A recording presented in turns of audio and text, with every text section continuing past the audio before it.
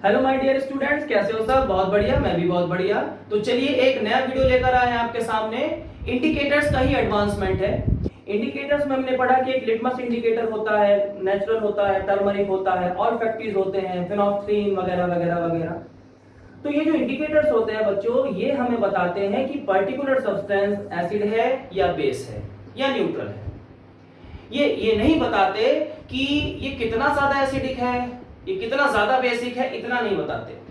Litmus paper या फिनोल्फ्थीन या methyl orange हमें सिर्फ ये बता सकता है कि ये एसिड है, ये बेस है और ये न्यूट्रल है। बट ये जो एसिड है ये कितना स्ट्रॉन्ग एसिड है, ये जो बेस है कितना स्ट्रॉन्ग बेस है, ये नहीं बता सकता।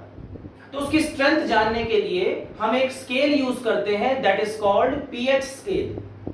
हम मात्र इंडिकेटर से, ओनली इंडिकेटर से स्ट्रेंथ नहीं मेजर कर सकते। इंडिकेटर से सिर्फ ये पता चलेगा कि ये एसिड है या बेस है। अब वो कितना ज्यादा एसिडिक है, कितना ज्यादा बेसिक है, ये हमें पता चलता है उसकी पीएच वैल्यू से या पीएच स्केल से, राइट? तो आज हम वही पढ़ने जा रहे हैं। ये इंडिकेटर का एक तरह से एडवांसमेंट है। तो ये पहले से मैंने थोड़ा सा लिखा हुआ है यहां पर।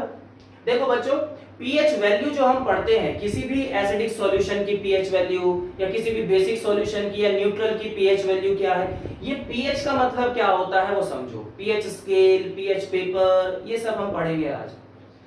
तो पीएच, पी का मतलब होता है पोटेंस और एच का मतलब होता है हाइड्रोजन। यहां पर पी स्मॉल बनता है, एच कैपिटल बनता है, ये ध्यान रखना। ये जो मैंने लिखा है पोटेंस दे हाइड्रोजन, ये एक डेनिश लैंग्वेज है जो डेनमार्क के पीपल, डेनमार्क कंट्री का नाम है ना, तो डेनमार्क के पीपल जो लैंग्वेज यूज करते हैं उसे डेनिश लैंग्वेज बोलते हैं। जैसे इंडिया के पीपल इंडियन लैंग्वेज यूज करते हैं, तो डेनमार्क के डेनिश लैंग्वेज हो जाएगा। तो ये डेनिश लैंग्वेज में लिखा हुआ है क्योंकि डेनमार्क के एक बहुत बड़े साइंटिस्ट रह चुके हैं, नाम मुझे अभी उनका याद नहीं आ रहा, तो उन्होंने इसके ऊपर बहुत काम किया था। उन्होंने ही ये कॉन्सेप्ट दिया था पीएच वैल्यू का, तो इसलिए वहीं से डराइव किया हुआ है पोटेंस डी हाइड्रोजन। अब इस पोटेंस का मतलब क्या है? पोटेंस का मतलब होता है स्ट्रेंथ, पावर, पावर या फिर स्ट्रेंथ। पावर किसकी? हाइड्रोजन आयंस की पावर, हाइड्रोजन आयंस की पावर। ये क्या है? हाइड्रोजन आयंस, मतलब स्ट्रेंथ ऑफ हाइड्रोजन आयंस। अब स्ट्रेंथ का मतलब क्या है? कितने ज्यादा हाइड्रोजन आयंस उस सॉल्यूशन में रिलीज हो रहे हैं, और जितने ज्यादा हाइड्रोजन आयंस रिलीज होंगे वो उतना ही ज्यादा एसिडिक माना जाएगा। याद आया? और जितना कम हाइड्रोजन आयंस होंगे वो उतना ही ज्यादा बेसिक माना जाएगा। यहां पर हम सिर्फ और सिर्फ हाइड्रोजन आयंस की बात करेंगे, हाइड्रोक्साइड आयन की बात नहीं करेंगे, क्योंकि हाइड्रोजन आयन से ही हमें पता चल जाता है कि वो सॉल्यूशन कितना एसिडिक है और कितना बेसिक है। सिंपली ये याद रखो, अगर हाइड्रोजन आयंस बहुत ज्यादा है, मोर हाइड्रोजन आयन का मतलब क्या है? मोर एसिडिक, वो सॉल्यूशन उतना ही ज्यादा एसिडिक होगा। और लेस हाइड्रोजन आयंस का मतलब मोर बेसिक, वो सॉल्यूशन उतना ही ज्यादा बेसिक होगा। जैसे जैसे हाइड्रोजन आयंस कम होते जाएंगे वैसे वैसे उसका बेसिक कैरेक्टर बढ़ता जाएगा। ऐसा क्यों होता है? हमारे पास एक रिलेशन होता है, एक इक्वेशन होती है, उसके बारे में हम टोटल पढ़ेंगे, ठीक है? थोड़ा सा मैथमेटिकल रिलेशन होता है, राइट? अब देखो, पावर या स्ट्रेंथ ऑफ हाइड्रोजन आयंस हम कैसे मेजर करते हैं? हम कैसे मेजर करते हैं? by the concentration of hydrogen ions. When we talk about concentration of hydrogen ion, concentration of hydrogen ion, concentration का मतलब क्या है? amount of quantity of hydrogen ions, मतलब number of hydrogen ions, number of hydrogen ions। तो concentration का मतलब क्या हो जाएगा? इसे वैसे भी लिख सकते हैं number of हाइड्रोजन आयंस, ठीक है? इसको एक्सप्रेस करने के लिए एक तरीका होता है, वो है इस तरह से H प्लस हाइड्रोजन आयन, इसे हमने ऐसे ब्रैकेट में बंद कर दिया, तो this is the concentration of hydrogen ions. अब याद करो 9th क्लास की बात, हमने मोल कॉन्सेप्ट पढ़ा था।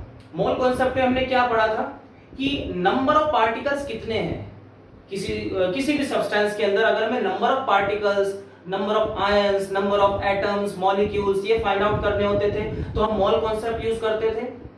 ठीक है, याद आया कुछ? तो 1 मोल में कितने नंबर ऑफ पार्टिकल्स होते थे, ये भी कुछ याद है? 1 मोल में कितने नंबर ऑफ पार्टिकल्स होते हैं? इतना होता है, ये होता है 6.02 इंटू 10 टू द पावर 23। 10 की पावर 23 है, दैट मीन्स बहुत ज्यादा है। करोड़ों, अरबों, खरबों, पता नहीं कितना है, खरब से भी ज्यादा है। इतने पार्टिकल्स होते हैं किसी भी सब्सटेंस में, छोटे छोटे एटम, छोटे छोटे मॉलिक्यूल, छोटे छोटे आयंस। ठीक है, तो 1 मोल का मतलब क्या है? 1 मोल का मतलब इतना है। जैसे 1 डजन का मतलब क्या होता है? 1 dozen 12, 1 dozen apples 12 apples, 1 dozen bananas 12 bananas, 1 dozen chairs 12 chairs. उसी तरह से 1 mole apples 6.02 into 10 to the power 23 apples. 1 mole bananas, इतने सारे बनानास। 1 मोल चेयर्स, इतनी सारी चेयर्स। 1 मोल आयंस, इतने सारे आयंस। और अगर हम बोलते हैं कि 1 मोल हाइड्रोजन आयंस है, 1 मोल हाइड्रोजन आयंस है हमारे पास, 1 मोल हाइड्रोजन आयंस है, दैट मीन्स कितने कितने हाइड्रोजन आयंस हो गए? इतने। ये एग्जैक्ट नंबर हो गया उनका हाइड्रोजन आयंस का। ठीक है, तो मतलब हम यहां पर जो कॉन्सेंट्रेशन की बात कर रहे हैं, नंबर ऑफ हाइड्रोजन आयंस की बात कर रहे हैं, इसका मतलब उसको मोल में एक्सप्रेस करेंगे। जब भी हम बोलते हैं ना कि number of particles, number of ions, number of atom, उसको मोल में ही तो हम एक्सप्रेस करते थे, तो यहां पर भी वही करेंगे। तो जो कॉन्सेंट्रेशन है हाइड्रोजन आयंस की, वो हम मोल में एक्सप्रेस करेंगे और उसे हम बोलते हैं मोलर कॉन्सेंट्रेशन। मोलर कॉन्सेंट्रेशन आगे आगे पढ़ेंगे किस तरह से इसको एक्सप्रेस करते हैं। कैपिटल एम लिखते हैं उसको, कैपिटल एम, मोलर कॉन्सेंट्रेशन। ठीक है बच्चों, देखो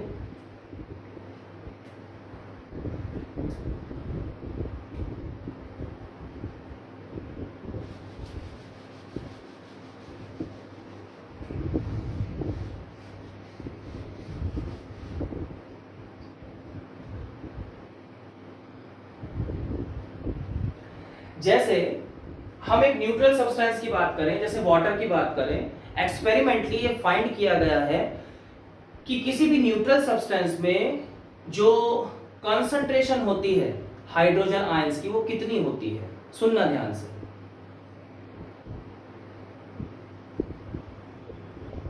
concentration of hydrogen ions in water वो होती है 10 to the power -7 moles per litre. 1 litre water में कितने मोल्स होते हैं हाइड्रोजन आयंस के? कितने मोल्स होते हैं? 10 टू द पावर -7 मोल्स। अब ये जो मैंने लिखा हुआ है, ये क्या चीज है? इसे हम कैसे अंडरस्टैंड करें? ये है क्या चीज? 10 की पावर -7 क्या है? देखो कितने मोल्स हैं? 10 to the power -7 moles of hydrogen ions in 1 litre. अगर हम 1 लीटर पानी लेते हैं तो उसमें कितने हाइड्रोजन आयंस हैं? ठीक है, हाइड्रोजन आयंस तो तभी बनेंगे ना जब उसमें हम कुछ एसिड डालेंगे। मान लो हमने कुछ एसिड भी डाल दिया, तभी हाइड्रोजन आयंस बनेंगे। तो उस 1 लीटर सॉल्यूशन में, पूरा सॉल्यूशन है, मतलब पानी नहीं, सिर्फ वाटर नहीं, पूरा 1 लीटर सॉल्यूशन है और उस सॉल्यूशन में वाटर भी है और एसिड भी है। तो पूरा 1 लीटर सॉल्यूशन में हाइड्रोजन आयंस कितने हैं? 10 टू द पावर -7 मोल्स हैं। समझो इसको, 10 टू द पावर -7 मोल्स का मतलब क्या? कितने हाइड्रोजन एटम्स, कितने हाइड्रोजन आयंस हैं? सी 1 मोल में कितने हाइड्रोजन आयंस होंगे? 1 मोल हाइड्रोजन आयंस अगर हम लिखते हैं तो कितने होंगे? 6.02 10 टू द पावर 23 इतने होंगे। ठीक है, उसी तरह से 10 टू द पावर -7 मोल्स में कितने होंगे? यूनिटरी मेथड लगा दो ना। 10 टू द पावर -7 में कितने होंगे? 6.02 into 10 to the power 23 into 10 to the power -7। बोलो कुछ समझ में आया? भाई 1 मोल में तो इतना है, तो 10 की पावर -7 में कितना होगा? मल्टीप्लाई कर दो, ऐसे तो करते हैं, एक एप्पल की कॉस्ट है इतनी, तो 10 एप्पल्स की कॉस्ट कितनी, 1 into 10, वही हमने यहां पर किया है, इसको मल्टीप्लाई कर दिया इससे। 10 की पावर -7 है, 10 की पावर 23 है, तो क्या होगा, पावर विल एड अप, तो 23 - 7 कितना बना, 16, 10 की पावर 16, तो it will be 6.02 into 10 to the power 16। Means अगर हम बोलते हैं कि उस 1 लीटर सॉल्यूशन में 10 to the power -7 moles hydrogen ions हैं, उसका क्या मतलब है कि उस 1 लीटर सॉल्यूशन में इतने हाइड्रोजन आयंस हैं, कितने, 6.02 into 10 to the power 16, 10 की पावर 16, अभी भी बहुत ज्यादा है, 10 की पावर 16, इतने हाइड्रोजन आयंस हैं 1 लीटर सॉल्यूशन में। बोलो कुछ क्लियर हो रहा है, दिमाग की चाबी कुछ ताला खुल रहा है, नहीं खुल रहा है, ये मतलब है इसका। तो इसी तरह से हम कंसंट्रेशन निकाल सकते हैं किसी भी सॉल्यूशन में। अब ये तो मैंने बात करी न्यूट्रल में, न्यूट्रल में हाइड्रोजन आयंस की कंसंट्रेशन कितनी है, इतनी है एग्जैक्टली, ये याद कर लो, 10 की power -7 moles per litre, experimentally find किया हुआ है ये वैल्यू, ठीक है। अच्छा, अब यहां पर हमारे पास कोई भी सॉल्यूशन है, चाहे वो न्यूट्रल है, चाहे वो एसिडिक है या बेसिक है, उसमें हमने देखा, मतलब साइंटिस्ट लोगों ने देखा, एक्सपेरिमेंट करके कई बार ऑब्जर्व करके देखा कि जो नंबर ऑफ हाइड्रोजन आयंस हैं और जो नंबर ऑफ हाइड्रोक्साइड आयंस हैं, थोड़ी सी हाइड्रोक्साइड की भी बात कर लेते हैं तो बेचारा अकेला रह जाएगा, नंबर ऑफ हाइड्रोक्साइड आयंस हैं और नंबर ऑफ हाइड्रोजन आयंस हैं, इन दोनों का जो प्रोडक्ट होता है वो कांस्टेंट होता है। कांस्टेंट का मतलब देखो,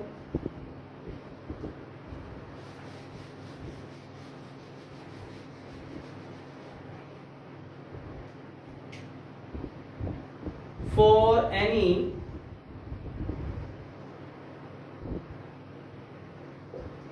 neutral, acidic or basic solution, concentration of hydrogen ions, concentration of hydroxide ions, इन दोनों का प्रोडक्ट हो गया, मल्टीप्लाई कर दिया, ठीक है, दोनों को मल्टीप्लाई कर दिया, इनका जो प्रोडक्ट होता है that is equal to 10 to the power -14 moles per litre. देखो भाई क्या लिखा है मैंने, इन दोनों का प्रोडक्ट किसी भी सॉल्यूशन में, चाहे वो एसिडिक है, न्यूट्रल है या बेसिक है, उसमें concentration of hydrogen ions and concentration का मतलब number of hydrogen ions and number of hydroxide ions, दोनों की मल्टीप्लाई कर दी, that will be equal to 10 to the power -14 moles per litre. बोलो कुछ समझ में आया। हमारे पास कोई भी मान लो बेसिक सॉल्यूशन है, वो हमने कितना लिया, वो हमने लिया 1 लीटर, ठीक है, उसमें जितने हाइड्रोजन आयंस हैं और जितने हाइड्रोक्साइड आयंस हैं उन दोनों का प्रोडक्ट कर लिया हमने, मल्टीप्लाई कर लिया, तो मल्टीप्लाई करके वो किसके इक्वल आएगा, 10 to the power -14 के इक्वल आएगा। आई बात समझ में। अब ये पर्टिकुलर टेम्परेचर पर ही होता है, नॉर्मली जो वैल्यू है ये रूम टेम्परेचर पर ली गई है, this is at 25 degree Celsius, यही रूम टेम्परेचर होता है, अराउंड 25 डिग्री, क्योंकि जैसे जैसे हम टेम्परेचर को इंक्रीज करेंगे तो हाइड्रोजन आयंस की कॉन्सेंट्रेशन बढ़ती जाएगी, मतलब जो आयोनाइजेशन होगा, जो डिसोसिएशन होगा, वहां से जो आयंस बनेंगे उनकी कंसंट्रेशन बढ़ती जाएगी जब टेम्परेचर इंक्रीज करेंगे। तो हम एक नॉर्मल टेम्परेचर ले रहे हैं एट रूम टेम्परेचर, तो इस टेम्परेचर पर नॉर्मली ये वैल्यू रहती है, कांस्टेंट रहती है। दैट मींस कि अगर हमें उस सॉल्यूशन में हाइड्रोजन आयंस पता है तो हम हाइड्रोक्साइड आयंस निकाल सकते हैं कितने, या फिर अगर हमें हाइड्रोक्साइड आयंस पता है तो हम हाइड्रोजन आयंस निकाल सकते हैं कितने। बात समझ में आ रही, जैसे होता है ना x into y, जैसे x into y is equal to 100 है, यहां से हमें x की वैल्यू पता है, x की वैल्यू मान लो 10 है, तो y की वैल्यू निकल सकती है ना, ये 10 नीचे में डिवाइड में चला जाएगा तो y की वैल्यू आ जाएगी। उसी तरह से यहां पर है, इन दोनों में से किसी की भी एक की वैल्यू पता होगी तो दूसरे की वैल्यू आ सकती है। बात समझ में आ रही है, ठीक है। तो इस तरह से हम प्रोसीड करते हैं। अभी तक हमने दो बातें देखी कि concentration of hydrogen ions in neutral solution कितना होता है 10⁻⁷ मोल्स पर लीटर। दूसरी बात हमने ये देखी कि अगर किसी भी सॉल्यूशन, वो सॉल्यूशन कोई भी हो, बेसिक, न्यूट्रल, एसिडिक, एनीथिंग, उसमें हाइड्रोजन एंड हाइड्रोक्साइड आयंस की कॉन्सेंट्रेशन की अगर मल्टीप्लाई करें तो that will be equal to 10⁻⁻14 moles per litre. बोलो, क्लियर हो गया? अब हम डिफाइन कैसे करते हैं पीएच वैल्यू को? पीएच वैल्यू को हम कैसे डिफाइन करेंगे? Just wait.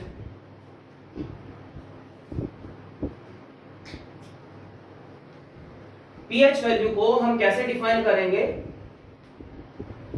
According to that scientist? अभी मुझे नाम याद नहीं आ रहा।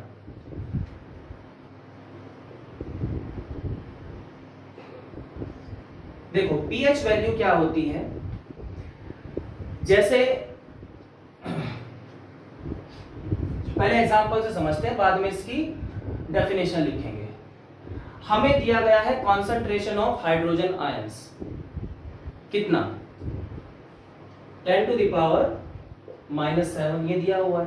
This is the moles per litre, आगे जो भी है 10⁻⁷ दिया हुआ है कॉन्सेंट्रेशन ऑफ हाइड्रोजन आयंस, ठीक है, मोल्स पर लीटर। अब यहां पर ध्यान से देखो, जो इसकी पावर है 10 की जो पावर है कितनी है -7 है। तो यहां पर हमें सिर्फ पावर को देखना है, पावर के आगे जो साइन लगा है माइनस का वो भी नहीं देखना, सिर्फ मैग्नीट्यूड लेना है पावर का। पावर का मैग्नीट्यूड कितना है 7। ध्यान से समझना, यहां पर ये क्या लिखा हुआ है 10⁻⁻7, ये तो पूरा कॉन्सेंट्रेशन है, नंबर ऑफ हाइड्रोजन आयंस है। लेकिन अगर हम सिर्फ पावर देखते हैं इसकी -7, माइनस नहीं देखना, 7 देखना है, बस सिर्फ मैग्नीट्यूड देखना है, उसका साइन नहीं देखना। तो ये जो पावर होगी, ठीक है, मैग्नीट्यूड होगा, वो पीएच वैल्यू होगी, that is the pH value of this solution. कुछ बात समझ में आ रही है? तो यहां पर पीएच वैल्यू कितनी होगी, दैट इज इक्वल टू 7। और अभी हमने क्या पढ़ा था, 10⁻⁻7 ये कॉन्सेंट्रेशन ऑफ हाइड्रोजन आयंस होता है न्यूट्रल सॉल्यूशन में। और न्यूट्रल सॉल्यूशन अगर किसी को पता है, ये पीएच वगैरह पहले से पढ़े हुए हो, तो न्यूट्रल सॉल्यूशन में पीएच वैल्यू क्या होती है 7 होती है। आ गई 7। अगर हमारे पास 10⁻³ है, व्हाट इज दिस 10⁻³ क्या है? ये कॉन्सेंट्रेशन ऑफ हाइड्रोजन आयंस है। ये क्या है? This is concentration of hydrogen ions. ये पीएच वैल्यू नहीं है, 10⁻³ पीएच वैल्यू नहीं है, ये कॉन्सेंट्रेशन है, ओवरऑल कॉन्सेंट्रेशन है। पीएच वैल्यू कैसे आएगी? हमें इसकी पावर देखनी है। पावर देखो क्या है -3, माइनस हटा दो, क्या बचा 3 बचा, तो 3 इज द पीएच वैल्यू। तो यहां से पीएच वैल्यू क्या आ गई 3 आ गई। ये क्या है? न्यूट्रल है। ये क्या है? एसिडिक है। अगर 7 से नीचे वैल्यूज आती हैं तो वो एसिडिक होता है। बोलो, समझ में आ रही है बात? उसी तरह से अगर हम लेते हैं 10⁻⁻11 ये ले लिया, तो ये तो क्या हो गया concentration of hydrogen ions, concentration of hydrogen ions इतना है। यहां से पीएच वैल्यू कितना आएगा 11 आएगा, पीएच वैल्यू 11 आया। तो 11 का क्या मतलब है? वो बेसिक हो गया ना, थोड़ा सा 7 से ऊपर चला गया, बेसिक हो गया। अब देखो ध्यान से, यहां पर कॉन्सेंट्रेशन ऑफ, ध्यान से देखना, कंपेयर करते हैं 10⁻³ 10⁻11 कौन छोटा नंबर है इसमें? छोटा नंबर कौन सा है? ये वाला 10⁻11। पावर माइनस में और ज्यादा हो गई ना, तो मतलब वैल्यू कम हो रही है। इतना मैथमेटिक्स तो जानते हो ना। ये वैल्यू देखो -11 है, -3 है, तो -11 छोटा होता है ना -3 से, तो ये वैल्यू कम है, मतलब यहाँ हाइड्रोजन आयंस की कॉन्सेंट्रेशन कम है। स्टार्टिंग में मैंने बता दिया था कि हाइड्रोजन आयंस कम होंगे तो वहां पर बेसिक स्ट्रेंथ ज्यादा होगी, वो सॉल्यूशन उतना ही ज्यादा बेसिक होगा। तो देखो जैसे जैसे वैल्यू कम होती जा रही है, हाइड्रोजन आयंस की वैल्यू कम होती जा रही है, तो वैसे वैसे क्या है, बेसिक स्ट्रेंथ बढ़ती जा रही है। अब ये जो सॉल्यूशन है इसका पीएच वैल्यू कितना आया, 11 आया, और 11 किसका होता है, बेसिक सॉल्यूशन का होता है। इससे और कम चले जाएगा 10 टू द पावर -13 या -14, तो ये जो ओवरऑल वैल्यू है कॉन्सेंट्रेशन ऑफ हाइड्रोजन आयंस की, ये और कम हो गई, मतलब हाइड्रोजन आयंस और कम हो गए उसमें, ऑलमोस्ट नेग्लिजिबल हो गए। तो इसका पीएच वैल्यू कितना आ गया 13, और 13 का बहुत स्ट्रॉन्ग बेस होता है, मतलब हाइड्रोजन आयंस जितना कम होता जाएगा उतना ही उसका बेसिक स्ट्रेंथ बढ़ता जाएगा। बात समझ में आ गई? हम यहाँ पर सिर्फ हाइड्रोजन आयंस की ही बात करते हैं। कुछ समझ में आ गई बात? ठीक है, और एग्जांपल ले लेते हैं। मान लो 10 टू द पावर -5 है, ये क्या है, this is the concentration of hydrogen ions, concentration of hydrogen ions. अब 10 टू द पावर -5 है, इसको हम ऐसे भी लिख सकते हैं, this is the concentration of hydrogen ions किसी सॉल्यूशन में। और हमें इसमें कंसंट्रेशन ऑफ हाइड्रोक्साइड आयन निकालना है। मान लो हाइड्रोजन आयन की कंसंट्रेशन हमें पता है, कंसंट्रेशन ऑफ हाइड्रोक्साइड आयन निकालना है, तो कैसे निकालेंगे, एक फॉर्मूला बताया अभी,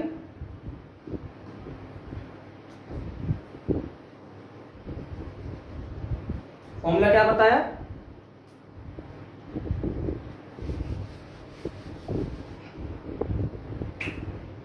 hydroxide ion and hydrogen ion का कितना होता है भाई, 10 टू द पावर -14, यही होता है। ये हमें पता है कितना है, हाइड्रोजन आयन की कॉन्सेंट्रेशन कितनी है, 10 टू द पावर -5, रख दो यहां पर।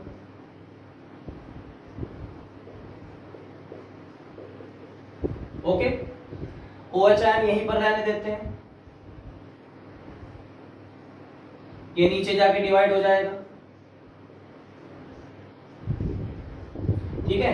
अब ये -5 है, ऊपर जाके पावर प्लस हो जाएगी, साइन चेंज हो जाएगा।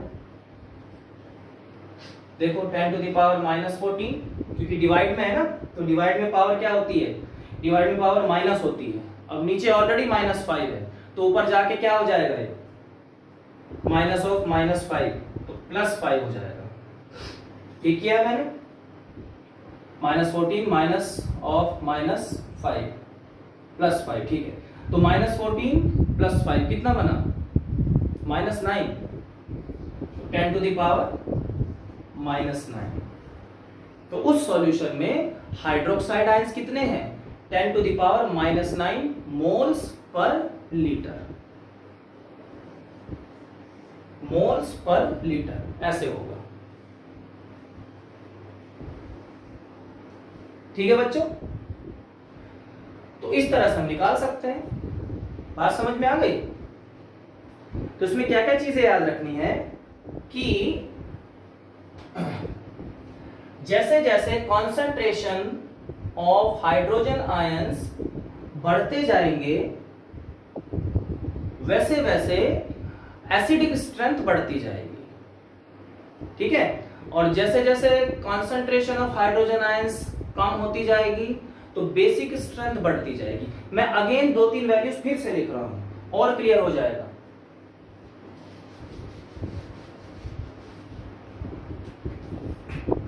टेन टू द पावर -1, -2, -3, -4 ऐसे ऐसे जाते हुए 10 to the power -7, -8, -9 up to 10 to the power -14। ऐसे मैंने कुछ वैल्यूज लिखी। अब ये जो 10 टू द पावर -1 है, यहां पर पीएच वैल्यू क्या होगी, आई होप ये बता पाओगे। पीएच वैल्यू क्या होगी, 1 होगी। तो ये क्या है, ये तो है हमारा हाइड्रोजन आयन की कॉन्सेंट्रेशन। ये जो मैंने लिखा है, these are the concentration of hydrogen ions, ठीक है। अब इनकी पीएच वैल्यू कितनी होगी, पीएच वैल्यू कितनी होगी, पावर देखो -1 है, माइनस हटा दो 1 इसकी पीएच देखो, तो यहां पर माइनस हमने हटा दिया तो वैल्यू कितनी हो गई 1। यहां पर पावर कितनी है -2, माइनस हटा दो क्या रहेगा 2, तो ये 2, यहाँ पर 3, यहाँ पर 4, 7, 8, 9, 14। These are the pH values.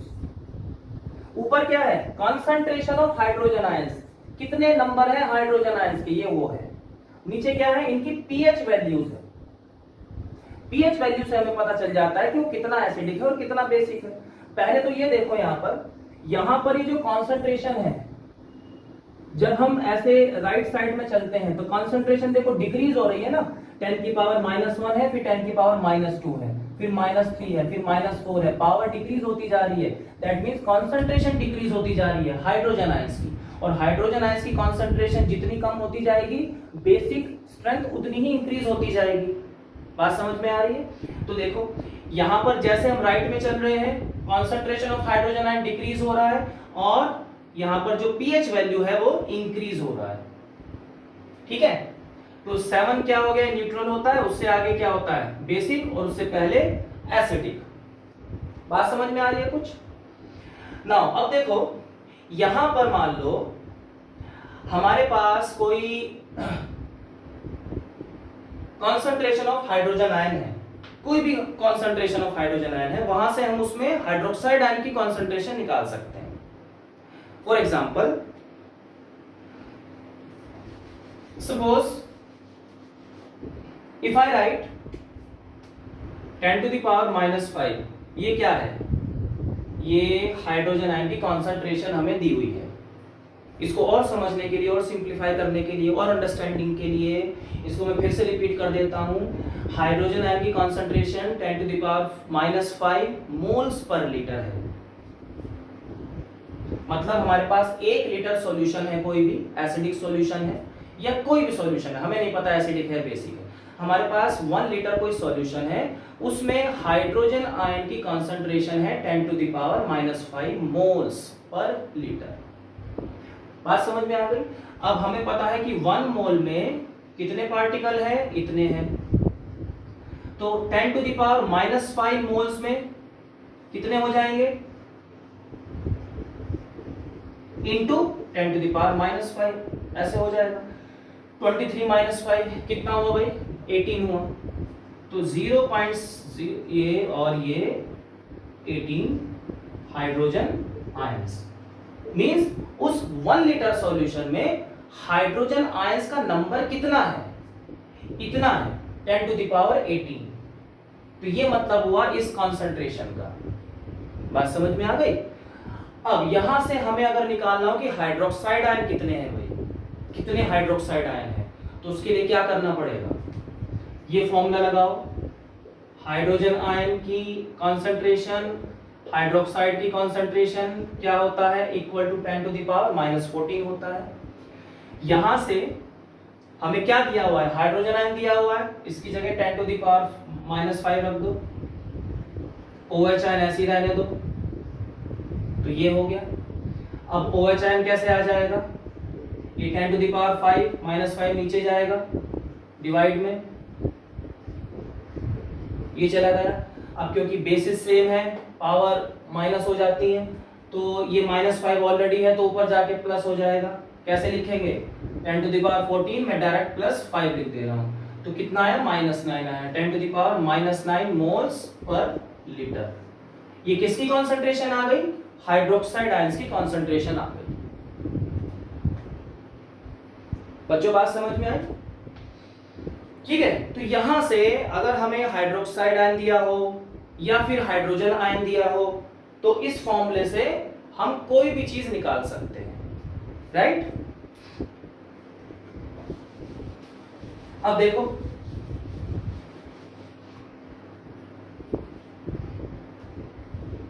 यहां से पीएच वैल्यू को कैसे डिफाइन कर सकते हैं? पीएच वैल्यू को हम कैसे डिफाइन कर सकते हैं? अगर कॉन्सेंट्रेशन ये है 10 के पावर -2, तो पीएच वैल्यू कितनी होगी? 2 होगी। यानी कि जो पावर है -2 नेगेटिव पावर है ना, इसका सिर्फ हमने मैग्नीट्यूड लिया, तो that magnitude is called the pH value, right? तो पीएच वैल्यू को हम कैसे डिफाइन करेंगे, इसलिए मैंने पहले एग्जांपल से तुम्हें समझाया, अब ये डेफिनेशन इजीली समझ में आ जाएगी। ये क्या है, it is the magnitude of negative power to which 10 is raised, 10 is raised to show the hydrogen ion concentration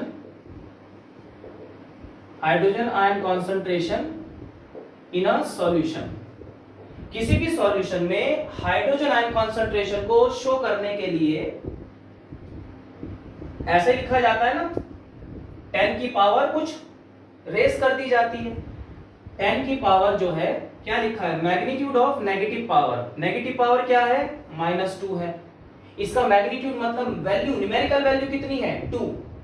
ठीक है, तो मैग्नीट्यूड मतलब न्यूमेरिकल वैल्यू, तो -2 की न्यूमेरिकल वैल्यू कितनी है, 2। -3 की न्यूमेरिकल वैल्यू कितनी है, 3। तो नेगेटिव पावर का जो मैग्नीट्यूड है, जो न्यूमेरिकल वैल्यू है, उसे ही हम क्या बोलते हैं, पीएच वैल्यू बोल देते हैं। तो magnitude of negative power to which 10 is raised, मतलब 10 कितनी पावर रेज किया गया है, तो उसकी पॉजिटिव वैल्यू हम ले लेते हैं मैग्नीट्यूड, तो that is the pH value. समझ में आ गया? तो this is the definition of pH value. तो पीएच वैल्यू से कुछ अंडरस्टैंडिंग क्रिएट हुई माइंड में कि पीएच वैल्यू हमें क्या बता रहा है। पीएच वैल्यू हमें बताता है कि वो जो सॉल्यूशन है वो कितना ज्यादा एसिडिक है और कितना ज्यादा बेसिक है। ठीक है, जो 7 होता है पीएच वैल्यू वो न्यूट्रल का होता है, जैसे वाटर हो गया।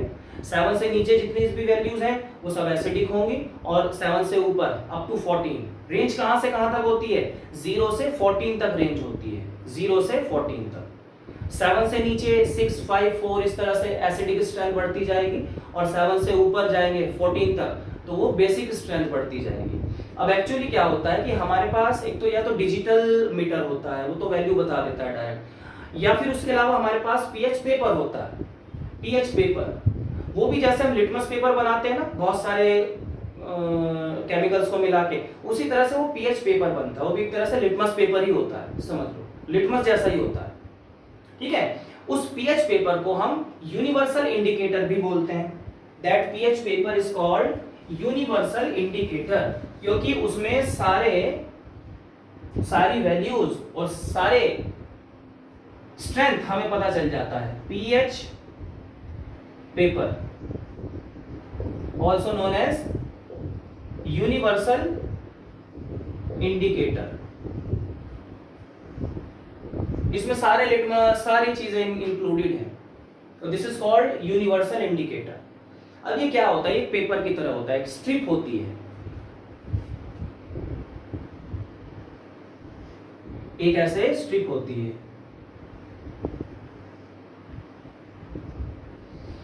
ठीक है, अब इसमें कुछ कलर्स होते हैं।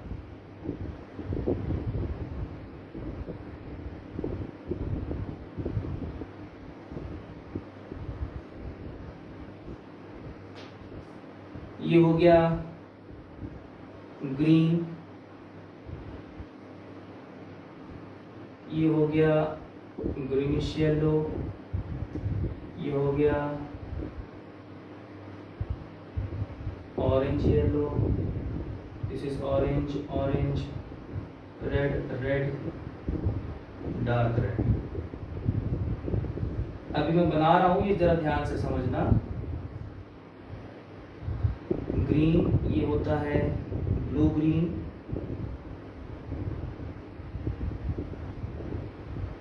ये होता है blue, this is navy blue,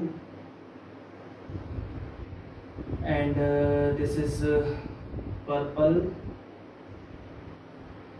dark purple, violet and violet. देखो बच्चों, ये जो बीच में मैंने बनाया है ये पीएच पेपर होता है। ये ऐसा रंग बिरंगा नहीं होता, ये कलर मैंने क्यों बनाया उसको समझो ध्यान से। ऐसा रंग बिरंगा नहीं होता, ग्रीन ब्लू ये सब कलर नहीं होते उसमें। तो ये जो है ना पीएच पेपर, वो ऐसा रंग बिरंगा नहीं होता, वो एक लाइट कलर का एक सिंगल कलर्ड पेपर होता है। वो एक तरह से बिल्कुल लिटमस पेपर की तरह ही होता है। जैसे लिटमस पेपर हमने किसी सॉल्यूशन में डाला, वो अपना कलर चेंज कर देता है। इसी तरह से ये जो लाइट कलर का जो पेपर होता है, ये भी फिल्टर पेपर होता है, इसमें पोर्स होते हैं छोटे छोटे, तो ये भी अपना कलर चेंज कर लेता है। अब ये तरह तरह के कलर चेंज करता है, ठीक है। ये जो पेपर होगा हमारा, ये कभी तो ग्रीन येलो बन जाएगा, कभी वॉयलेट कलर बन जाएगा, कभी पर्पल कलर बन जाएगा, कभी ग्रीन बन जाएगा, कभी रेड बन जाएगा। वही केमिकल रिएक्शन हो रही है। अगर ये हमने पेपर किसी सॉल्यूशन में डाला और वो ग्रीन कलर का बन गया पेपर, ग्रीन कलर, तो वो सॉल्यूशन कैसा माना जाएगा? वो माना जाएगा न्यूट्रल, क्योंकि इसके ऊपर अभी मैं पीएच वैल्यू लिख देता हूं। जैसे ये 0 है, 1 2 3 4 5 6 7 8 9 10 11 12 13 14 ये एक्सपेरिमेंटली फाउंड की हुई वैल्यूज है, पीएच वैल्यूज है। These are the pH values. हर कलर की अपनी अपनी पीएच वैल्यू होती है, हमें वो पीएच वैल्यू लर्न करनी पड़ेगी। जैसे ग्रीन कलर की पीएच वैल्यू 7 है, वॉयलेट कलर की पीएच वैल्यू है तो 13 होगी या 14 होगी, राइट। ऑरेंज कलर की पीएच वैल्यू या तो 4 होगी या 5 होगी, 3 होगी या 4 होगी, इस तरह से। तो उस पेपर को हमने डाला सॉल्यूशन में, मान लो उसका कलर ग्रीन हो गया, तो पीएच वैल्यू कितनी है? 7 है। 7 का मतलब वो न्यूट्रल है, दिस इज न्यूट्रल। तो जैसे जैसे हम ऐसे 0 की तरफ बढ़ेंगे, वैल्यू 0 हो रही है, तो ये एसिडिक कैरेक्टर उसका बढ़ता जाएगा, it will turn more acidic. जैसे जैसे हम 14 की तरफ जा रहे हैं, तो ये बेसिक कैरेक्टर उसका बढ़ता जाएगा।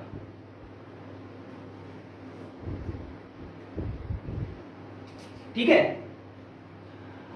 अब उसको हमने पेपर को डाला, मान लो येलो हो गया, येलो, ऑरेंज येलो, तो क्या वैल्यू है इसकी? 5 है, तो उसकी पीएच वैल्यू कितनी हो गई? 5 हो गई। हमने उसको किसी और सॉल्यूशन में डाला, वो वॉयलेट बन गया, उसकी पीएच वैल्यू कितनी है? 14 है या 13 है, राइट। तो इस तरह से पीएच वैल्यू हम पता लगा सकते हैं with the help of colour change. और पीएच वैल्यू से हम पता लगा सकते हैं कि वो कितना ज्यादा एसिडिक है, कितना स्ट्रांगली एसिडिक है और कितना स्ट्रांगली बेसिक है। अगर उसका कलर वॉयलेट आता है तो पीएच वैल्यू 13 और 14 के आसपास होगी, तो it will be more basic, very strong basic. ये क्या हो जाएगा? Strong base, it is strong base. मान लो जैसे हमने सोडियम हाइड्रोक्साइड के सॉल्यूशन में पीएच पेपर डाल दिया, तो उसका कलर हो जाएगा वॉयलेट कलर। तो वहां से हमें पता चलता है कि सोडियम हाइड्रोक्साइड बहुत ही स्ट्रांग बेस है। उसे हमने सल्फ्यूरिक एसिड या हाइड्रोक्लोरिक एसिड के सॉल्यूशन में डाल दिया, तो उसका कलर कैसा हो जाएगा? डार्क रेड हो जाएगा। तो पीएच वैल्यू क्या होगी? 0। तो 0 से 2 या 3 के आसपास, 0 से 2, ठीक है, वो होता है स्ट्रांग एसिड। 0 से 2 की वैल्यू अगर आती है pH value, that is strong acid. या फिर बोल सकते हैं कि अगर रेड कलर आता है पीएच पेपर का, तो दैट इज स्ट्रांग एसिड, वो सॉल्यूशन जो है स्ट्रांग एसिड है। अगर पीएच पेपर का कलर येलो, ऑरेंज आता है, तो मॉडरेट एसिड है, ना बहुत ज्यादा है ना बहुत कम है, मॉडरेट एसिड है, ठीक है। 3 4 5 इसके बीच में आता है। अगर 6 आता है, 5 और 6 आता है, मतलब अगर ग्रीन येलो या ऑरेंज येलो, थोड़ा येलो ग्रीन, डार्क येलो या लाइट येलो आता है, तो वो वीक एसिड है, ठीक है। ये वीक एसिड हो जाएगा, दिस इज वीक एसिड। और ये जो वैल्यू है, ये जो रेंज है 3 से 5 तक की जो रेंज है, वो मॉडरेट एसिड हो जाएगा, ये मॉडरेट एसिड है। उसी तरह से 8 और 9 की जो रेंज है, ब्लू ग्रीन या ब्लू, ये ग्रीन एसिड हो जाएगा। सॉरी, क्या लिख रहा हूं, ये हो जाएगा वीक बेस हो जाएगा। और 10 से 12 तक की जो रेंज है, navy blue, purple, dark purple, ये मॉडरेट बेस हो जाएगा। जैसे वीक बेस का एग्जांपल है अमोनियम हाइड्रोक्साइड है। अमोनियम हाइड्रोक्साइड के सॉल्यूशन में अगर हम पीएच पेपर डालते हैं तो उसका कलर क्या होना चाहिए, उसका कलर ब्लू ग्रीन या फिर ब्लू लाइट ब्लू टाइप का हो जाएगा। ठीक है, पीएच वैल्यू कितनी होनी चाहिए उसकी, 8 और 9 के अराउंड होनी चाहिए। तो इस तरह से हम कलर से पीएच वैल्यू पता लगा सकते हैं और पीएच वैल्यू से हम strength of acids and base पता लगा सकते हैं, जो हमें यही समझना था आज के लेक्चर में। तो ये इंडिकेटर्स वाला जो पोर्शन है वो खत्म होता है बच्चों। नेक्स्ट पोर्शन हम इसके बेस पर कुछ क्वेश्चंस करेंगे, 2-3 क्वेश्चंस करेंगे, भी बहुत ज्यादा नहीं। और हम मेनली क्या पढ़ेंगे नेक्स्ट लेक्चर में, केमिकल रिएक्शंस या chemical properties of acids and bases which are also very very important. तो उससे पहले सारे लेक्चर्स आप लोग देख कर आइए। तब तक के लिए थैंक यू सो मच, खुश रहिए और पढ़ते रहिए।